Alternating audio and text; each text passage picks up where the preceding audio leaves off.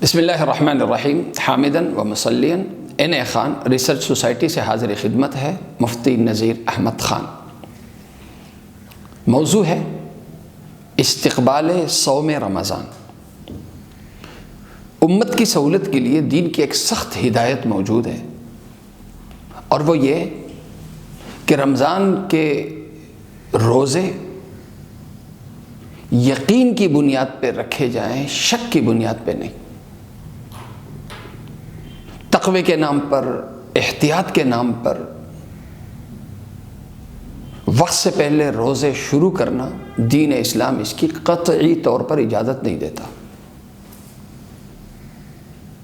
سیاہ ستہ کی 4 کتابوں کی روایت ہے، جامع ترمذی، سنن ابو داؤد، سنن نسائی اور سنن ابن ماجہ کی۔ حضرت عمار بن یاسر رضی اللہ عنہ کہتے ہیں کہ اللہ کے نبی صلی اللہ علیہ وسلم نے فرمایا من صام اليوم الذي يشك فيه فقد عصى ابا القاسم۔ جس شخص نے روزہ رکھا اس دن کا کہ جس کے بارے میں شک ہے کہ یہ رمضان کا بھی ہو سکتا ہے اور شعبان کا آخری دن بھی ہو سکتا ہے، اس دن کا روزہ رکھا، اسے تقوی کا نام دیا، احتیاط کا نام دیا، کچھ بھی نام دیا، فرمایا کہ اس نے اپنے پیغمبر کی اطاعت نہیں بلکہ نافرمانی کی۔ صحیح بخاری صحیح مسلم کی روایت ہے، حضرت ابو ہریرہ رضی اللہ عنہ کہتے ہیں کہ اللہ کے نبی صلی اللہ علیہ وسلم نے فرمایا لا يتقدمن احدکم بصوم یوم او یومین۔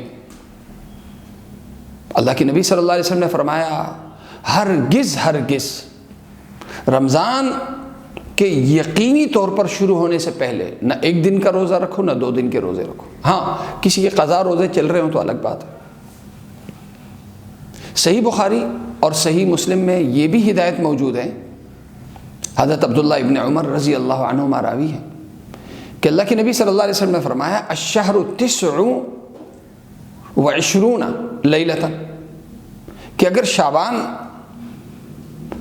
کا مہینہ 29 دن کا ہو، ظاہر ہے کیلنڈر کے حساب سے 29 دن کا ہے،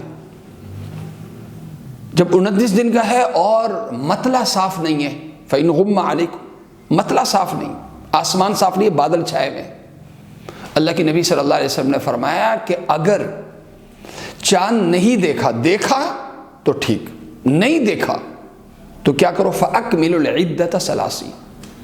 یہ عذر مت رکھو کہ جناب مطلع صاف نہیں اور کیلنڈر کے حساب سے 29 دن ہو گئے لہذا اگلے دن روزے کا، نہیں، فَأَكْمِلُوا الْعِدَّةَ 30، 30 دن شعبان کے مکمل کرو، اس کے بعد رمضان کا آغاز کرو۔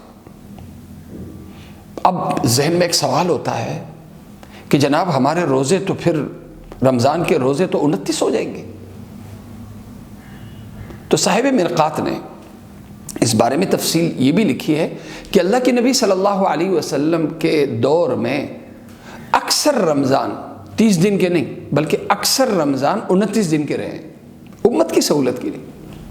اور پیغمبر پاک صلی اللہ علیہ وسلم کی یہ حدیث بھی ہے، صحیح بخاری صحیح مسلم دونوں میں موجود ہے، شہرا عید لا ینقصان رمضان و ذو الحجہ، کہ اللہ کے نبی صلی اللہ علیہ وسلم نے فرمایا 2 مہینے، عید کے دونوں مہینے یعنی ذی الحج کا مہینہ، اور ذی الحج میں پہلے عشرے کے روزے رکھے جاتے ہیں، وہ بھی 9 ہوتے ہیں، 10ویں پہ تو عید ہو جاتی ہے۔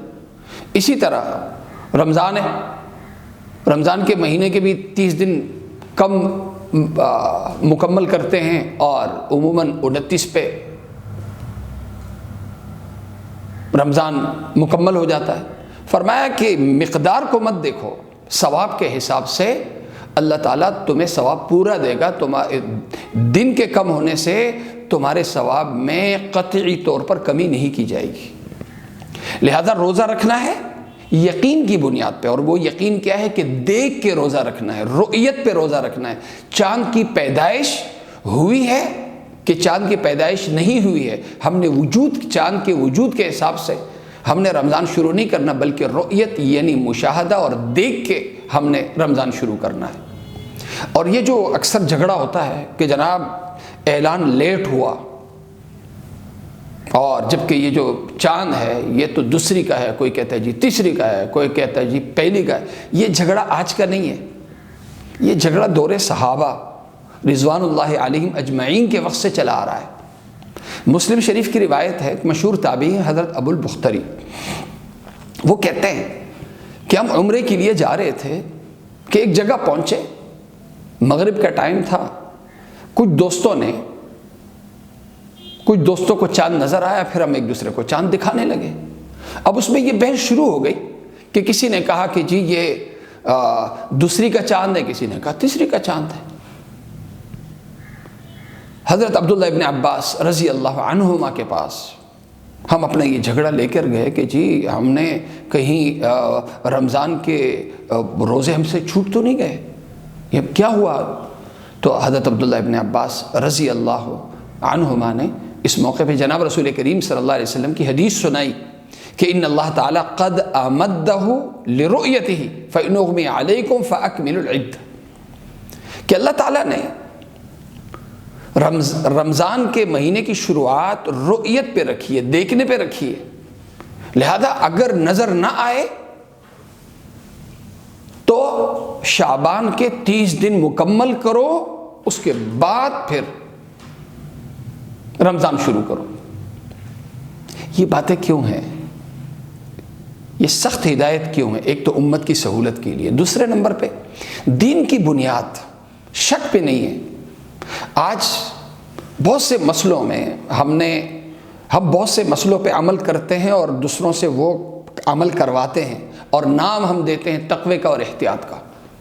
ہمارا دین ہمیں یہ تعلیم کرتا ہے کہ شک کے نام پہ، شک کی بنیاد پہ، تقوی کے نام پہ، احتیاط کے نام پہ عمل نہ ہو، بلکہ علم اور یقین کی بنیاد پہ عمل ہو۔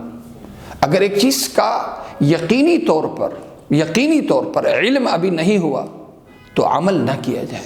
عمل کرنے کے لیے جو پیچھے ہو وہ ایمان، اور ایمان یقین کی طاقت کا نام ہے۔ لہذا ہم ہر عمل کو، صرف رمضان ہی نہیں، رمضان کے روزے ہی نہیں، ہر عمل اگر ہم کریں تو شک کی بنیاد پہ نہیں بلکہ یقین کی بنیاد پہ۔ اب یہ جو یقین ہے رؤیت کا، اس تعلق سے کیا تفصیلات ہیں، انشاءاللہ اگلی ویڈیو میں یہ تفصیلات بھی ہم ریکارڈ کروائیں گے۔ اللہ تعالیٰ مجھے اور آپ سب کو عمل کرنے کی توفیق عطا فرمائے۔ وآخر دعوانا الحمدللہ رب العالمین۔